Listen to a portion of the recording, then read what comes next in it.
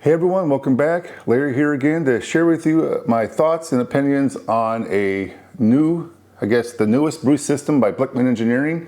This is their BrewEasy Surface Compact, right? Those of you who have been watching my channel for, wow, the past few years now have seen me using my full-size BrewEasy Classic, which is now what it's been relabeled since they came out with the BrewEasy Compact a while back, right? I use that system. It's a great system, right? And I've also used the BrewEasy Classic with the Surface Kettle back in the spring when I did that video on that too, right? Love it, right? Awesome kettle.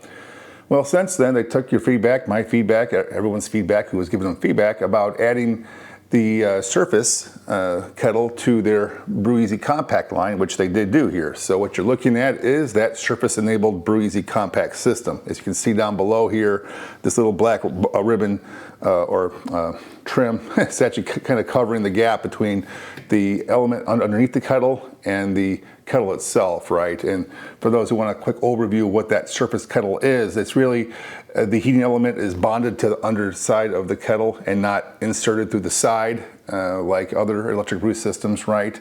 The advantage there is that, well, for one, cleaning is the big one, but there are some other advantages as well. I'll put a link to that video review of the Surface kettle back in my video description down below, so check that out later. But this video is about the Surface Compact system, right? So for those who recall, back in September, I did a live stream brew day featuring this system, using it for really the first time live on air. Real risky, right?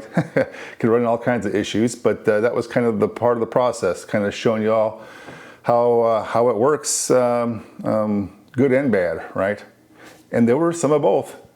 So what are the good things? Some of the pros? Well, it's really made of the same quality equipment that Blichmann makes for really for the other home brewing and even some of their commercial products, right? The Boilermaker kettle, which has got the Surface element underneath it. It uses a Riptide pump, a really great pump, quiet, easy to clean and maintain, an excellent pump. It comes with the Brew Commander controller system, which is also pretty high end too, right? All good stuff. It only comes in a 5-gallon model as opposed to my 10-gallon BrewEasy Classic version. I don't know if they plan on changing that. I don't see why they would. This is really kind of meant to kind of hit a niche market of home brewers that like the brew in the bag kind of concept with the mesh basket insert like this one does, as opposed to the BrewEasy Classic, which is a kettle over-under kind of configuration, which is what I prefer personally. But the system does have some advantages over the BrewEasy Classic. For example, now I've only done one brew on this thing, unfortunately. I haven't had much time since then, but I was surprised by the mash efficiency that this thing can get. It was over 80%, probably I think 82 or more percent mash extract efficiency using this brew in the basket system. And I think part of that's got to do with the recirculating arm inside this thing, which has got these little holes on it all along the length that when it recirculates back into the kettle, it comes out through all these little side holes inside the actual grain itself in the mash basket, and really does a good job at mixing and churning things over. And it sure did show, because I got a pretty good efficiency on that one. It also comes with a flow meter, which is something my BrewEasy Classic does not have. And this is to help let you know how fast you're recirculating. So to help you minimize either overflowing your mash tun, which would be bad, right, messy. Or on the other side, it also helps you avoid compacting your grain bed so tight where you get a stuck runoff, right? A stuck mash. Oh, and it comes in 240 volt AC, right? So for those other, I guess, home brewing level almost or all-in-one systems that only come with 120 volt here in the US, it's a long process to heat up water in those things and heat up the wort, of course, too. This thing's a full-blown 240 volt system, which to me is a pro, but I understand it could be a con because most houses don't have 240 volt in them. You have to actually add a 240 volt outlet like I did in a video going back a few years.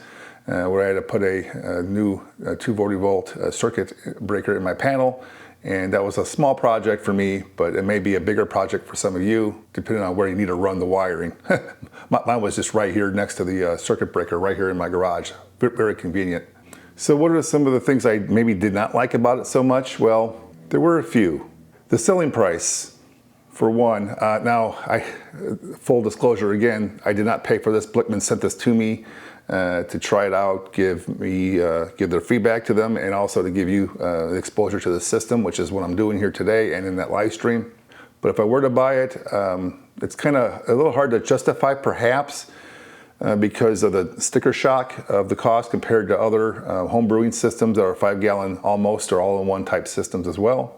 But on the upside, you're getting a very robust system that's actually kind of scalable, right? You could start off with this BrewEasy compact system, and after a while you realize you want to brew bigger batches. Well, you want to scale up your batches and maybe add on some equipment. Well, you have all the foundations here ready to go, right? You have the Blichmann Brew Commander that's part of that, which is an awesome temperature controller. You have the nice powerful Riptide that goes with it, right? This can be reused for any other brew system you have. So you have some reuse going on here, components, fittings, things. You can even reuse the kettle itself if you're trying to expand into more of a larger batch or higher grain bills and things, because one of the downsides to this is the grain capacity. Now I've done some calculations and stuff, and I was a little off because of the nuances of how brew in the basket kind of works. But to summarize it, essentially, you can't hold as much grain in this system as you could if you had multiple kettles, right? That's just inherently the downside to brew in the bag brewing. You need a correspondingly larger kettle to get the same kind of grain bill or batch size for higher gravity brews that you could do with, say, like the BrewEasy Classic or a multi-vessel system. This has got the same drawbacks, so just so you know, that could be a use case for wanting to expand beyond this at some point and maybe be able to do some of those larger grain bills. Now, of course, you can do little brewing tricks like reiterated mashing and things like that in order to get your beers through there if you have a very large grain bill. There's options, right? That's my point.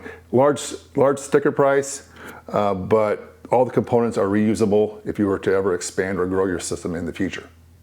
So some of the more minor things about it that kind of bothered me a little were things such as the temperature probe where it inserts into the kettle. It actually goes right through a little fitting with an O-ring, much like the BrewEasy Classic does, right, when it goes through the Riptide pump in that scenario. But here with the compact system, it actually goes into the back of the kettle, and you can't disconnect that temperature probe without having a leak in the side of your kettle. So if you have liquid in here and you need to relocate, move, or dump the contents of your kettle, you're going to have that long temperature probe cable kind of following you along, right?